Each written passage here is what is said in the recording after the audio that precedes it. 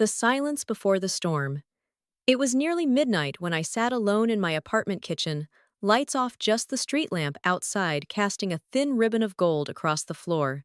My phone sat on the counter screen, dark but heavy, like it still carried the weight of the call that had just ended.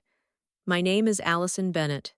And 3 days ago, I told my father, Charles Bennett, founder of Parker's Bistro, that I wasn't coming back. Not until they saw what I was worth. Not as a favor. Not as a bailout. Not as their good little girl who knew how to saute without speaking too loudly. Just no. I wasn't angry during the call. That came later. What I felt in that moment was something colder, quieter, like a window finally opening in a room I'd been trapped in for years. Be reasonable, he'd said, voice tight with frustration. This isn't the time for pride. But it wasn't pride. It was the sound of something cracking inside me. That phone call ended with me whispering, "Figure out what you're offering, Dad. Then we'll talk." I pressed the red button. The silence afterward was louder than his words. I sat there, heart pounding so hard I could feel it in my ears. Saying no to him felt like jumping off a cliff, and yet oddly, it felt like flying. For 12 years, I'd bled into Parker's Bistro. I was sous chef, head chef, menu designer, marketer, and partner in everything but name. I gave up weekends, dates, and most of my 20s to build that place from a sleepy Seattle neighborhood bistro into something critics called a new West Coast staple. And yet, when my father retired and the board voted for a new CEO, they gave it to my younger sister, Claire. Claire Bennett, MBA, polished, clean suits, and curated smiles. The only one in the family who couldn't tell halibut from haddock. She pitched herself as the future of Parker's, and I was the past. That meeting played in my head every night. The way no one met my eyes when they made the decision. Not even my mother. Especially not my mother.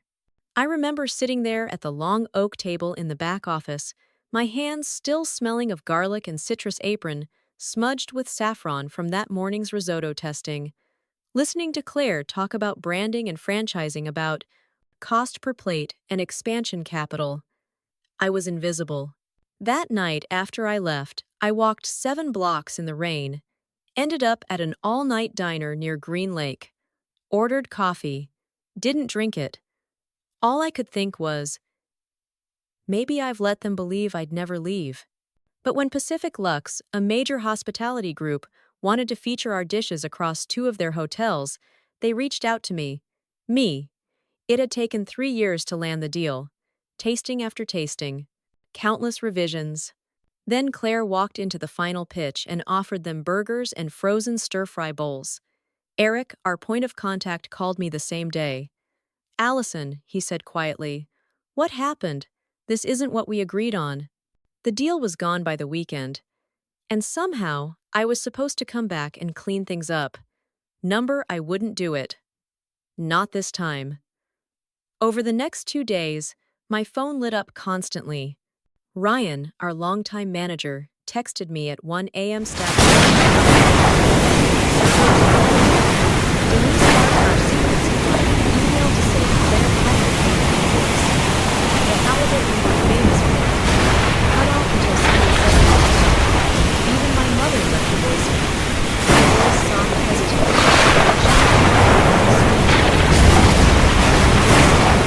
I know you're upset, but we're struggling. Call back, because silence sometimes is louder than all the shouting. A local food critic posted a short review. Parker's feels like a ghost of itself. The soul is missing. Yelp reviews echoed the same: slow service, odd menu changes, and dishes under-seasoned or inconsistent. And each time I saw one, it tore a little hole in me. Because that restaurant, it wasn't just a job. It was mine too. My legacy. My fingerprint is on every plate. I paced my apartment that night barefoot on the cold floor, clutching the printout of the Pacific Lux proposal I'd written myself. Then Holly called. Holly Martin, my oldest friend, fellow chef, and part owner of a buzzing Asian fusion spot in Ballard, called Lotus Table. Allison, she said, I heard about the Lux fallout. You okay? I sank into the couch, finally letting my breath out. Not really. They want me back. But nothing's changed. They still don't get it. They're starting to, she said. You showed them what you're worth by walking away. That sentence hung in the air. You showed them, not by yelling, not by begging, but by leaving. What's next? She asked. I didn't have an answer, but her question lit something inside me. Because maybe, just maybe, my future didn't live inside Parker's walls anymore. Maybe it was time to stop patching up their vision and start building my own. 3 days later, I agreed to meet Dad and Claire. Small cafe in Fremont. Neutral ground. I showed up 20 minutes early wearing a navy blazer that still smelled faintly of rosemary from the last tasting event I'd catered. I ordered a single espresso and sat in the corner watching the door. This time I wasn't coming back for them. I was coming to find out if they finally saw me. Ghosts in the kitchen. The cafe in Fremont smelled like warm croissants and burnt milk. A barista hummed off-key behind the counter, while a couple near the window argued softly about their dog's vet bills. I sat still, my fingers wrapped around the ceramic espresso cup, even though the drink had gone cold. At 10 a.m. sharp, Dad walked in. He looked older than I remembered, crooked dark circles under his eyes. Claire followed him, her usually perfect hair pulled back in a messy bun blazer wrinkled like she'd slept in it. They spotted me and walked over without a word. We all slid into the booth like actors in a play we didn't want to be part of, Alice and Dad said with a forced smile. Claire said nothing. We placed our orders: black coffee for him, a soy latte for her. I didn't need anything else. My appetite had vanished the moment I saw their faces. Then Dad leaned forward. We're in a bad spot. Pacific Lux is gone. Eric said your name was the deal. I nodded, calm. He called me. Said Claire offered burgers and frozen stir-fry. That's not the menu we built. Claire's face flushed. I was showing them options that made sense. Cost-effective ones. You left Allison. We had to pivot. My mess, I said, eyebrows raised. I spent 3 years building that relationship with Eric. You lost it in one meeting because you don't even know our food. Dad stepped in, voice tense. This isn't about blame.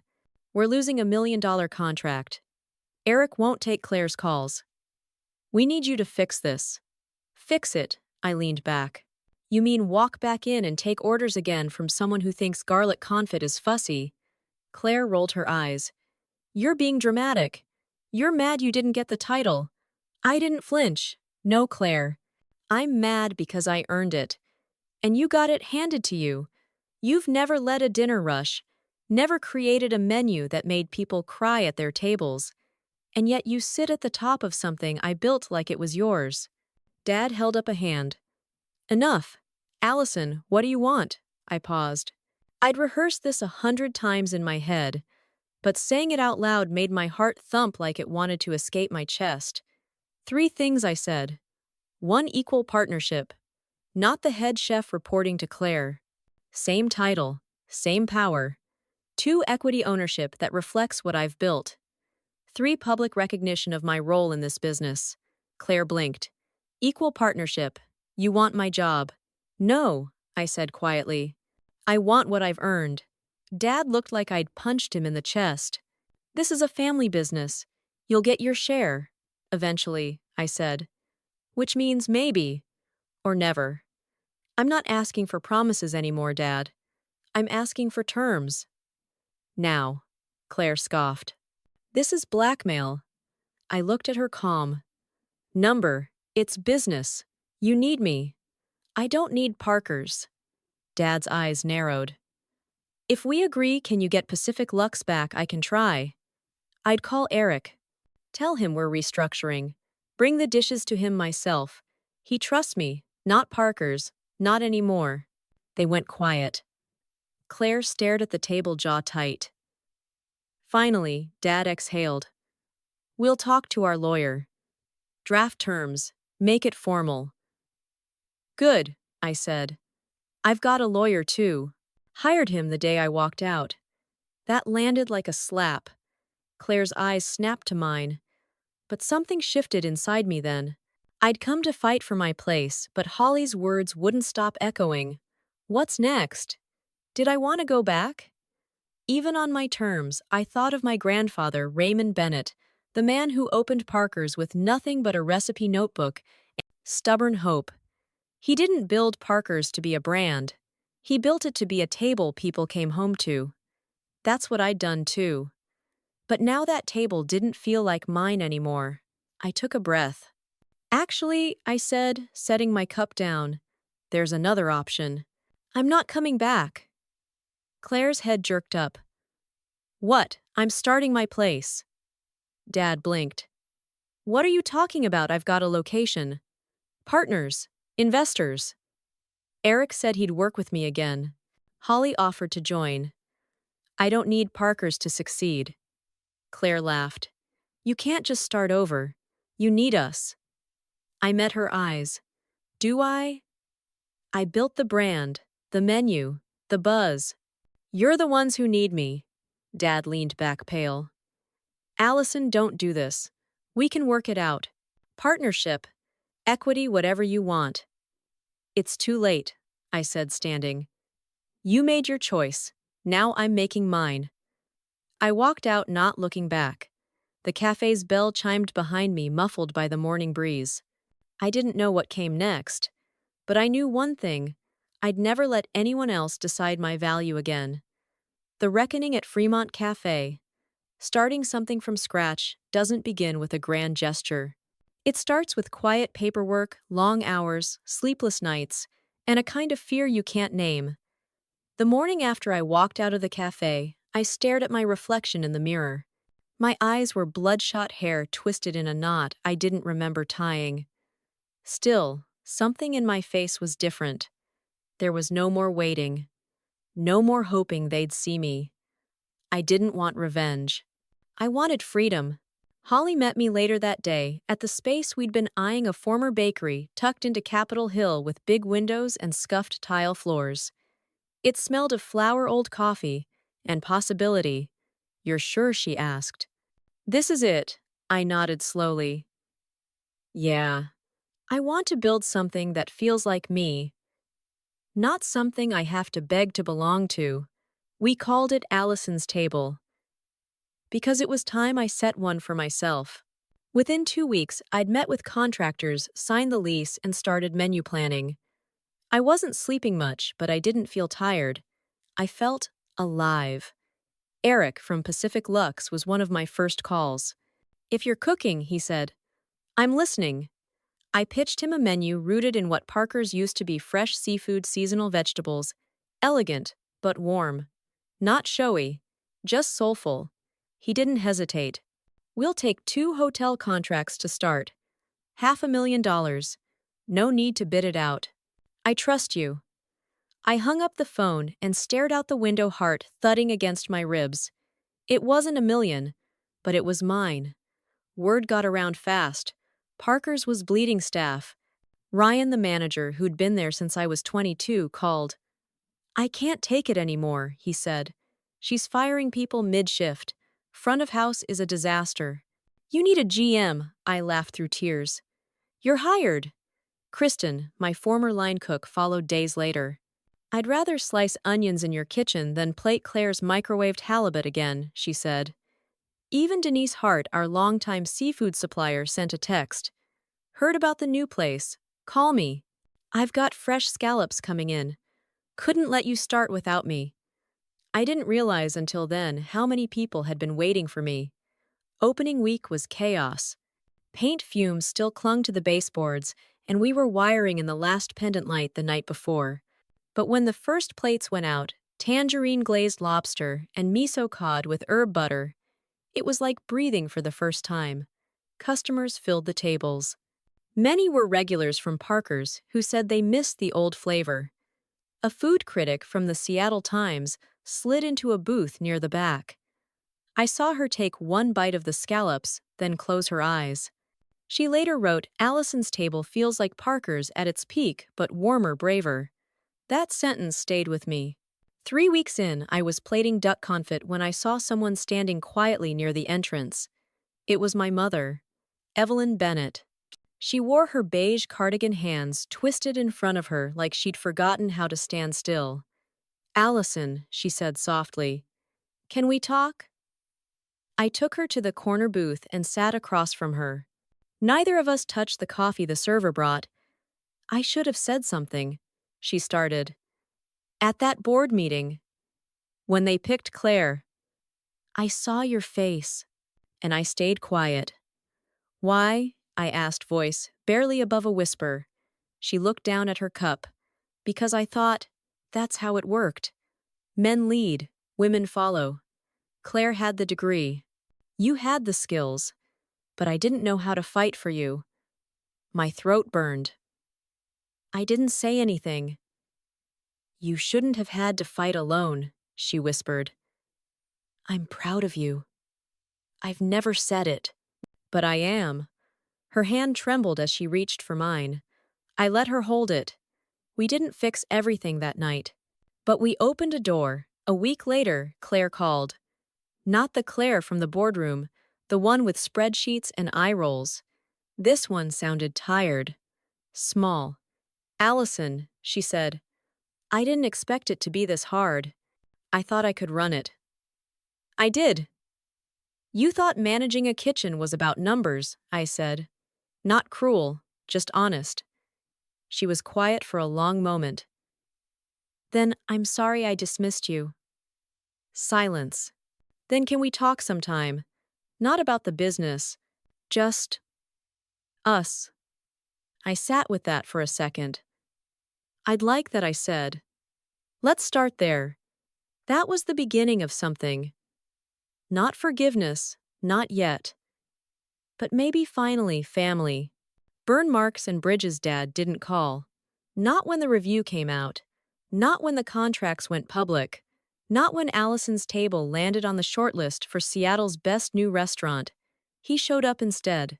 I was prepping for dinner service, chopping radicchio, checking the balance on the vinaigrette, when Ryan tapped me on the shoulder and tilted his head toward the front.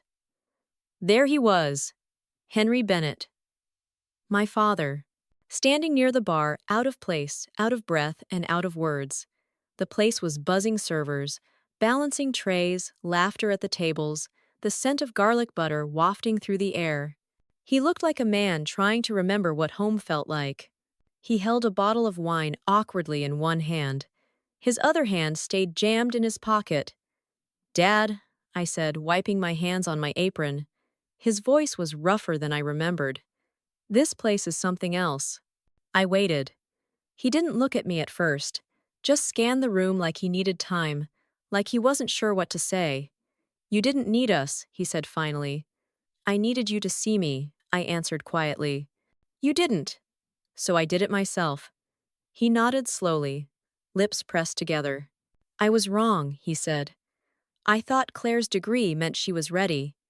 I didn't realize how much of Parker's was you until it wasn't there anymore. It wasn't a full apology, but it was something. A splinter pulled out. I invited him to sit, poured a glass of the wine he brought cheap but earnest. We didn't talk about Claire, or lawyers, or equity. We talked about Grandpa Raymond, about the old cast-iron stove he used, the way he'd hum while chopping herbs. The first time I burned bechamel and cried so hard I almost gave up cooking for good. That night, Dad didn't stay long, but he came back a month later. Then again, 2 weeks after that. He didn't bring contracts, just an appetite. He ordered the duck every time, said it reminded him of Raymond's. Parker's bistro didn't close, but it shrank. Claire stopped trying to replicate the menu and started simplifying. They let go of 2 locations they were planning, focused on surviving instead of expanding. I didn't gloat. That wasn't the point. The point was freedom. My staff grew stronger by the week. Kristen started mentoring 2 of our new line cooks. Ryan took over wine curation and built a pairing program that had customers returning just to try new combinations. Even Denise, our supplier, brought us stories now about other kitchens, other chefs who forgot to say thank you. You, she said one morning, setting down a box of halibut, you never forgot. Holly, my business partner and compass, kept me grounded. She reminded me often, this place is yours, yes, but it's also for them, for the ones who believed in you when Parker's didn't. We pitched to new hotels. Eric became more than a client, he became a partner, helped us refine our pitch deck, offered industry insights, and introduced me to two more hotel managers in Portland and San Francisco. I asked him one day why he backed me so easily. He smiled. Because when you cook, it feels like a promise being kept. Parker's lost that, you didn't. Sometimes I'd stand near the back behind the swing doors and just watch the way the kitchen moved. The way our team communicated was in glances and nods. How Kristen smiled when a new cook nailed the plating. This was the kind of legacy I wanted, built not on fear, but on trust. And yet, even in the glow of new success, there were nights I sat in my office staring at old photos. Parker's during its heyday. A younger me beaming at a ribbon cutting. My parents on either side proud and oblivious. I wasn't bitter, but some wounds don't vanish with time. They soften, but they stay. One evening, Claire and I sat across from each other in a quiet bar in Ballard. She wore a soft blue sweater, no blazer, no defense. She looked tired, but real. People are still quitting, she said quietly. I've started cooking twice a week, trying to understand what I missed. I nodded. It's not just the food, it's the feeling. If people don't feel safe, they won't stay. I didn't know that she admitted. I thought management was about control. Turns out it's about listening. I didn't answer right away. Then I said, you could have asked me. Back then. She looked down at her drink. I was scared. Of failing. Of you being better. Of being just the one who got the job because of a degree. You still could be great, I said. But you've got to lead from the floor, not the office. She smiled barely. Can we do this again? Just talk. Yeah, I said. We can. Healing didn't look like a big moment. It looked like two sisters in a bar slowly becoming siblings again. Quiet dawn, new beginning spring, crept into Seattle with soft rains and hesitant sunlight. The city seemed to breathe easier after months of gray, and so did I. Allison's table had just celebrated its second anniversary. The small dining room was filled with familiar faces, our loyal customers, my staff, even a few of Parker's old regulars who'd cautiously made the switch. Kristen had designed a special menu that honored the seasons and the local farms that had stood by us since day one. That night, after the last plate was cleared and the lights dimmed low, I stood by the window watching raindrops slide down the glass. My phone buzzed a text from Dad. Simple dinner tomorrow. My treat. I smiled, the weight in my chest finally lighter. The wounds were still there, faint scars beneath the surface, but they no longer ached with every breath. Eric stopped by the kitchen before closing. You're doing something rare here, he said quietly, stacking the last of the clean dishes. Not just food community. I nodded. That's the only way it lasts. A few blocks away, Parker's Bistro hung on by a thread. Claire had restructured the team, listening more, pushing less. She even called me once, asking for advice on managing burnout. It wasn't perfect, but it was something. That was enough. Some nights, when the restaurant was empty and the city was silent, I would sit alone at the bar. I traced my fingers over the worn wood, thinking about Grandpa Raymond's cast-iron stove and the hum of his quiet kitchen. He'd said once, cooking is more than technique. It's telling a story one plate at a time. This was my story now. One without bitterness, but with grace. Without victory dances, but with steady steps forward. Without him, without Claire, without the past, just me. The girl who burned bechamel and cried. The woman who found strength in the ashes. The chef who finally felt at home. And as dawn broke over the city skyline, A whisper lingered in the air, hope warm and unyielding. In the quiet aftermath of family fractures and professional battles, Allison learns that true strength lies not in control or victory, but in healing and connection. Her journey marked by small, intimate moments, a shared memory of her grandfather, a hesitant apology from her father, a sincere conversation revealed the importance of